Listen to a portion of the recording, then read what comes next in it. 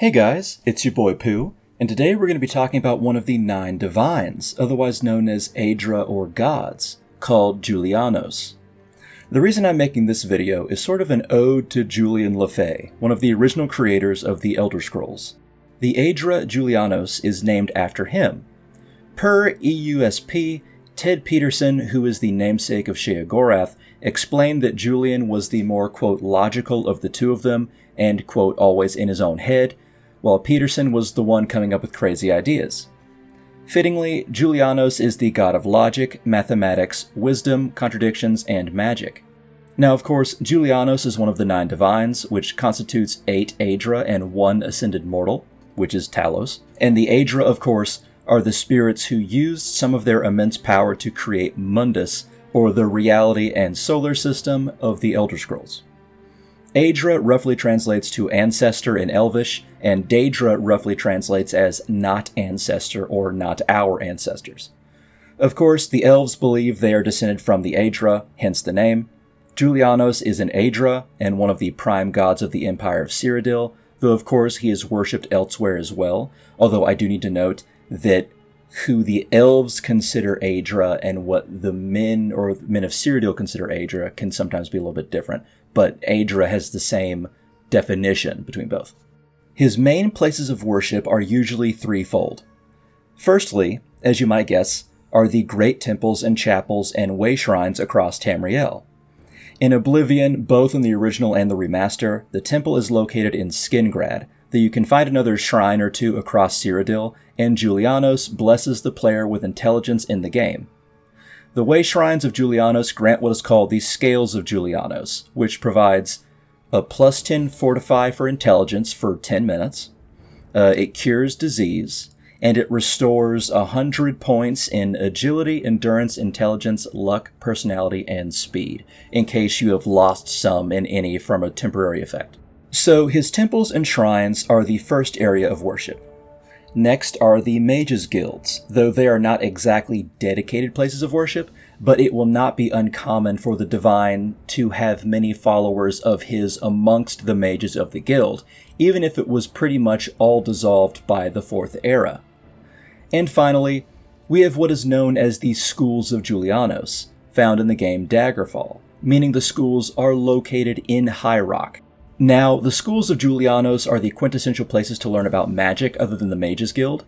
You might say, while the Mages Guild is a place of study that specializes in magic, the Schools of Julianos specialize in all sorts of studies, which includes a large curriculum in magic. The Schools of Julianos are very particular on who they allow in, and if you are miraculously inducted, there is a very sink or swim mentality. They won't go easy on you, and you'll need to earn your degree. The symbol of both Julianos and the school is a triangle, which stands for knowledge. Now, it appears that the Schools of Julianos have either fallen out of favor or have been dismantled in the 4th era, like the Mages Guild, because in the 2 novels of the Elder Scrolls, the Infernal City and Lord of Souls novels, apparently the only known places to learn and study magic in the 4th era are the Senate, which I assume means the Imperial Senate, and the College of Whispers. Now, there are 10 commandments of the divines, found in the Pocket Guide to the Empire, at least I believe. Julianos' commandment is thus: know the truth, observe the law, pray at my chapel altars to receive my blessings. That all seems self-explanatory. However, you need to notice he mentioned the law. Julianos, while not necessarily a god of justice, is a god of the law. Knowledge and logic are the cornerstones of order, and while Julianos does have sway over the study of magic, that does not detract from his sway and influence on the legal system.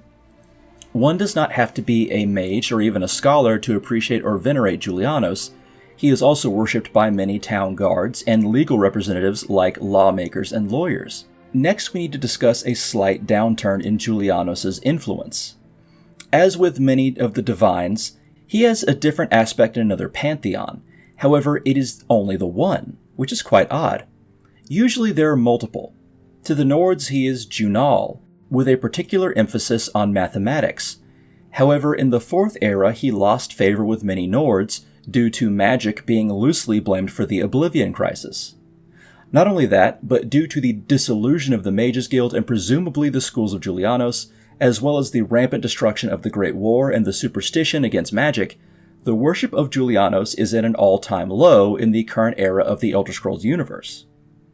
The closest Aedra in the Altmeri or Elven pantheon is Ciribane, who is the god of apprentices. However, to believe he is an aspect of Julianos is extremely dubious. And the other god, Magnus, while a god of magic, fled to Aetherius and is the greatest of the Magna-Gi, and he is certainly not Julianos. So it appears Julianos is on a downward spiral, at least on the last information we have received in the lore.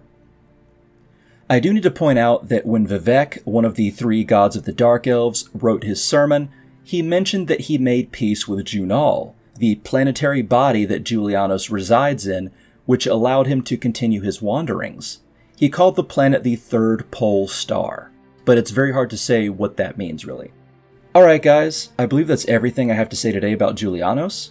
I hope you enjoyed it. He's a really neat god in my opinion, and I really hope the Mages Guild comes back in Elder Scrolls 6. Maybe even the Schools of Julianos will too, considering the location we all seem to think it'll be in, which is close to High Rock or Hammerfell. If you think I deserve it, please like and comment, and all my links are listed in the description below. Okay guys, have a good one. See ya!